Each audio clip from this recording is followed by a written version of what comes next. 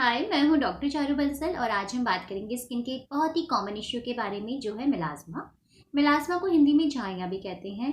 ये कोई बीमारी नहीं है, कोई आपको हार्म नहीं करता, बट क्योंकि ये चेहरे पे ज़्यादा आता है तो एक कॉस्मेटिक कंसर्न है।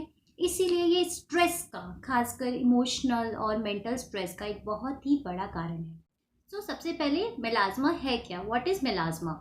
तो मेलास्मा में हमारे चेहरे पर लाइट या डार्क ब्राउन कलर के पैचेस बनने लग जाते हैं, जो कि खासकर फोरहेड पर, चीक्स पर, नोज पे, अपर लिप एरिया, चिन या जॉ लाइन पे देखने को मिलते हैं। वेरी रेयरली ये हाथों पे भी आ सकते हैं, इस वाले एरिया में जिसे हम फोरआर्म्स कहते हैं। मेलाज्मा फीमेल्स में ज़्यादा कॉमनली पाया जाता है, लेकिन 10% मेल्स में भी मेलाज्मा हो सकता है। मेलाज्मा स्किन टाइप 4 to 6 मतलब जिनका डार्कर कॉम्प्लेक्शन होता है उनमें ज़्यादा कॉमनली पाया जाता है, क्योंकि इन लोगों में मेलानिन की मात्रा ज़्यादा होती है और मेलानोसाइट्स की मेलानिन प्रोड्यूस करने की टेंडेंसी भी ज़्यादा रहती है। Now, what are the types of melasma? So, melasma is of 3 types. Number 1 epidermal, number 2 dermal, number 3 mixed. मतलब स्किन की कौन सी लेयर में पिगमेंट मेलानिन इकट्ठा हो रहा है, उसी के आधार पे हमने क्लासिफिकेशन किया है। ये क्लासिफिकेशन इसलिए इम्पॉर्टेंट है क्योंकि जो एपिडर्मल मेलाज्मा होता है, यानी अगर हमारा मेलानिन ऊपर की सतह में है, तो हमारी ट्रीटमेंट का जो भी हम मोडालिटीज़ यूज़ करते हैं वो ज़्यादा अच्छा रिस्पॉन्स हमें देखने को मिलता है। Now, what are the causes of melasma? Number one, the most important cause of melasma is sun exposure.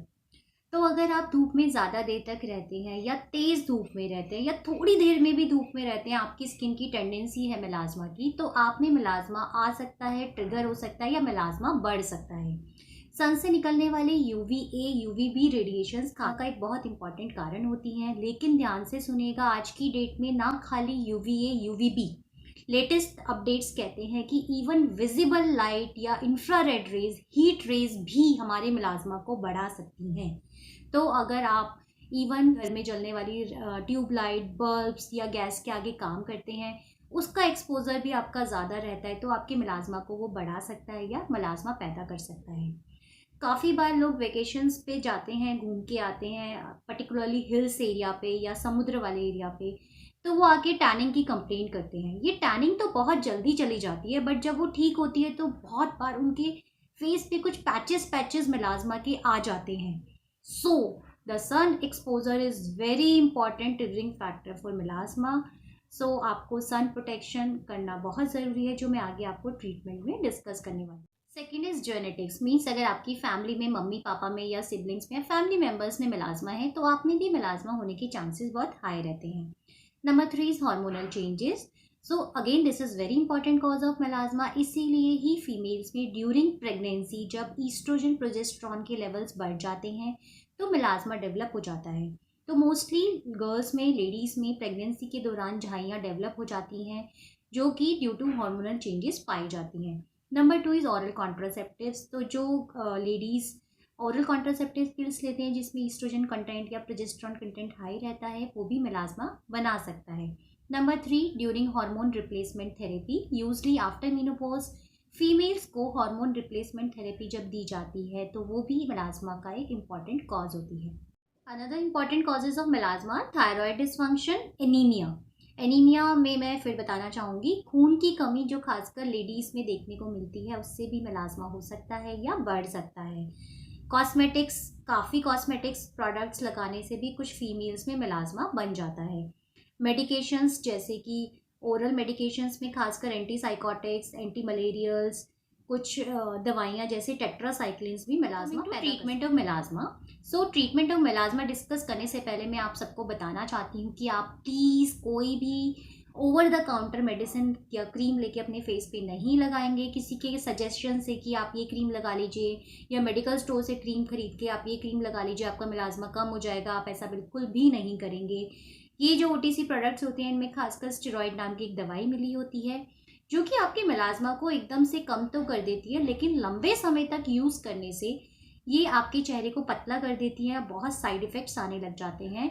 In fact इनको बंद करते ही मिलाज्मा बहुत तेज़ी से वापस भी आ जाता है।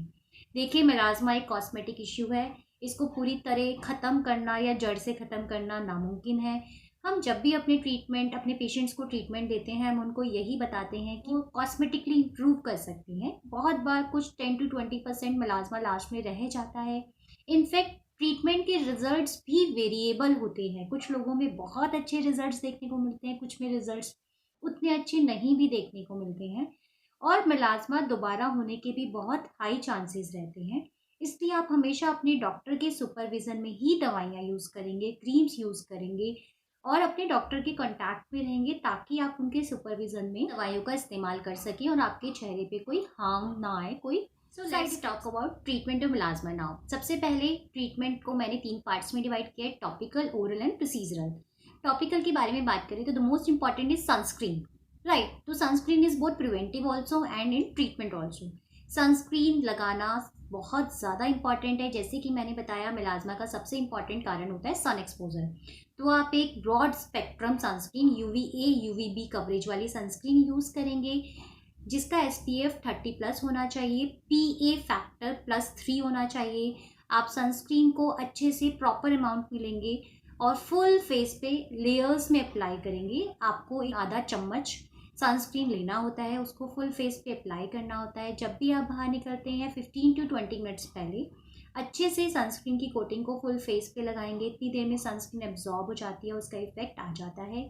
सनस्क्रीन की एप्लीकेशन को आपको 2 से 3 घंटे में रिपीट करना होता है, क्योंकि इतने में उसका असर खत्म हो जाता है। फॉर एग्जाम्पल, अगर आप 9 बजे सनस्क्रीन लगाते हैं तो आप 12 बजे 3 बजे सनस्क्रीन की एप्लीकेशन को रिपीट करेंगे। सनस्क्रीन 2 टाइप्स की होती हैं, केमिकल एंड फिजिकल सनस्क्रीन्स।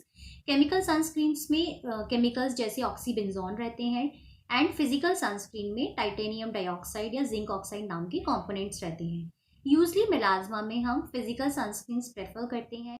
काफ़ी पेशेंट्स हमसे पूछते हैं कि अगर हम मैम बाहर ही नहीं जाते हैं, घर में ही रहते हैं, तब भी हम सनस्क्रीन लगाएं क्या, तब भी सनस्क्रीन लगाना ज़रूरी है? तो द आंसर इज़ येस।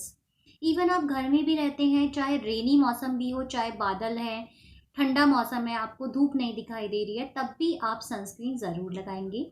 क्योंकि इवन जैसा मैंने बताया था पहले भी कि ट्यूबलाइट के थ्रू, बल्ब्स के थ्रू, या आप खाना बना रहे हैं, जो गैस से हीट निकल रही है, वो सब रेडिएशंस भी, रेज भी आपके मिलाज्मा को बढ़ा सकती हैं।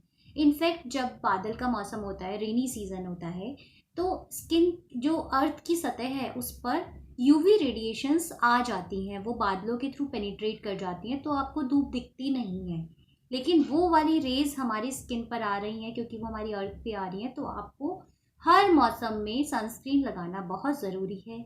खासकर 10 से 2 बजे की धूप हमारी स्किन को सबसे ज़्यादा नुकसान पहुंचाती है। तो अगर आप उस समय में बाहर जा रहे हैं तो सनस्क्रीन को ज़रूर लगाएं, बिना सनस्क्रीन लगाए बाहर ना निकलें, खासकर अगर आपको मिलाज्मा है। सनस्क्रीन के अलावा आप एक चौड़े वाली हैट भी यूज़ कर सकते हैं, या बड़े गॉगल्स अपनी आइज पे यूज़ कर सकते हैं, ताकि आपका मैक्सिमम फेस कवर हो जाए और सन से ज़्यादा डैमेज ना हो। So this was all about sunscreen. Now coming to hydroquinone. Hydroquinone एक ब्लीचिंग एजेंट होता है जो टायरोसिनेज एंजाइम को इनहिबिट करता है, जो मेलानिन बनाता है। तो ये मेलानिन की प्रोडक्शन को कम कर देता है, जिसकी वजह से मिलाज्मा में इम्प्रूवमेंट देखने को मिलता है। हम यूजली 2 to 5% हाइड्रोक्विनोन वाली क्रीम्स अपने पेशेंट्स को एडवाइस करते हैं। हाइड्रोक्विनोन कंटेनिंग क्रीम्स को आपको एक बार अपने स्पॉट्स पे सिर्फ रात में लगाना होता है। इनका फुल इफेक्ट आने में, रिजल्ट्स दिखने में अराउंड 5 to 7 वीक्स लग जाते हैं। हम अपने पेशेंट्स में यूजली हाइड्रोक्विनोन 2 to 3 मंथ्स के लिए मैक्सिमम एडवाइस करते हैं। शुरू में आप डेली हाइड्रोक्विनोन अपने फेस पे स्पॉट्स पे लगा सकते हैं। उसके बाद 15-20 डेज़ के बाद धीरे धीरे इसकी फ्रीक्वेंसी कम करते हुए मैं यूजली अपने पेशेंट्स को हफ्ते में 1 बार या 2 बार थेरेपी पे शिफ्ट करना प्रेफर करती हूँ। हाइड्रोक्विनोन हमेशा अपने डॉक्टर के सुपरविजन में ही यूज़ कीजिए। इसको लंबे समय तक लगाने से, ये ज़्यादा मात्रा में लगाने से इसके कुछ साइड इफ़ेक्ट्स होते हैं, जैसे ऊक्रोनोसिस, जिसमें स्किन में एक पिगमेंट स्किन के नीचे इकट्ठा हो जाता है और काले काले धब्बे बन जाते हैं। Another side effect is confetti like pigmentation, मतलब सफ़ेद और काले रंग के डॉट डॉट जैसे आपके फेस पे बन जाते हैं, जिनको ट्रीट करना बहुत ही मुश्किल हो जाता है। तो आप हमेशा अपने डॉक्टर के प्रिस्क्राइब करने पर ही इस टाइप की क्रीम्स का इस्तेमाल करेंगे। Next is Kligman's formula. Kligman's formula में 3 दवाइयाँ मिली होती हैं, hydroquinone, steroid and retinol. Hydroquinone, जिसकी अभी हमने बात की, स्टेरॉयड हाइड्रोक्विनोन और रेटिनॉल से होने वाली इरिटेशन को कम कर देता है। रेटिनॉल स्किन के टर्नओवर को बढ़ाता है, जिससे मेलानिन बाहर निकल जाता है। साथ ही साथ स्किन में हाइड्रोक्विनोन की पेनिट्रेशन को बढ़ा देता है, ताकि वो ज़्यादा इफेक्टिवली काम करे। ये फॉर्मुलेशन भी हम ज़्यादा से ज़्यादा 2 से 3 महीने के लिए बस अपने पेशेंट्स को एडवाइस करते हैं। जैसा कि मैंने हाइड्रोक्विनोन में बताया, इसको भी मैं अपने पेशेंट्स में स्टार्टिंग में सिर्फ 15-20 देना प्रेफर करती हूँ। उसके बाद डेली ड्यूरेशन के बाद धीरे धीरे कम करते हुए हफ्ते में 1 या 2 बार पे हम शिफ्ट कर देते हैं। इस तरीके की दवाइयों का इफेक्ट आने में भी 4 से 6 हफ्ते लग जाते हैं। आप क्लिगमेंट फार्मूला भी अपने डॉक्टर के प्रिस्क्रिप्शन के बिना नहीं यूज़ करेंगे, इससे भी आपकी स्किन में साइड इफ़ेक्ट्स आ सकते हैं अगर आप लंबे समय तक या सही तरीके से यूज़ नहीं करेंगे तो।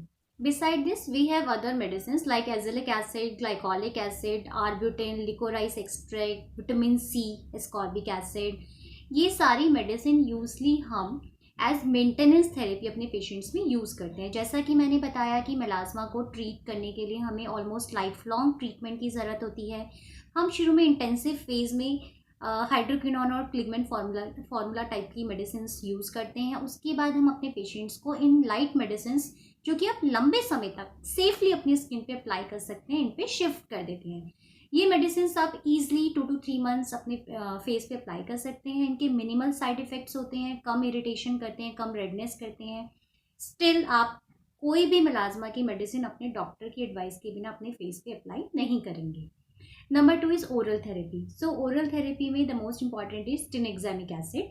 ये टायरोसिनेज एंजाइम को इनहिबिट करके मेलानिन की प्रोडक्शन को कम कर देता है। Tranexamic acid nowadays is very commonly used medicine for treating melasma both in males and females। इसको हम लो डोज में around 500 mg daily for 3 to 6 months अपने पेशेंट में एडवाइस करते हैं। मेल्स में खासकर बहुत अच्छे रिजल्ट्स इस थेरेपी से देखने को पाए जाते हैं। ट्रेनेक्सेमिक एसिड हम देने से पहले अपने पेशेंट्स में हिस्ट्री लेते हैं। अगर आपने कोई ब्लड क्लॉट की या हार्ट अटैक की या थ्रोम्बोएम्बोलिज्म की हिस्ट्री है या आपकी फैमिली में ऐसी कोई हिस्ट्री है तो हम ऐसी दवाइयाँ आपको देना प्रेफर नहीं करते हैं। Then next is procedural treatment. In procedure, the most important is chemical peels. So we have different type of chemical peels containing glycolic acid, azelaic acid, retinoic acid. So ये दवाइयाँ भी आपके मेलानिन को कम करती हैं, स्किन के turnover को बढ़ा देती हैं और मेलानिन की प्रोडक्शन को कम करके मेलास्मा को लाइटन कर देती हैं। इनके सेशंस 2 to 3 वीक्स पे एडवाइस किए जाते हैं एंड 4 to 6 सेशंस में आपका मेलास्मा में इम्प्रूवमेंट देखने को ज़्यादातर दिखाई देता है। Number 2 is lasers. So lasers में the most important is N D R laser. Nowadays we use low energy Nd:YAG laser therapy for treatment of melasma, जिससे हमें अच्छे रिजल्ट्स देखने को मिलते हैं। ये laser sessions her 2 to 3 weeks में रिपीट किए जाते हैं एंड 6 to 8 सेशंस में मेलास्मा में इम्प्रूवमेंट देखने को मिलता है।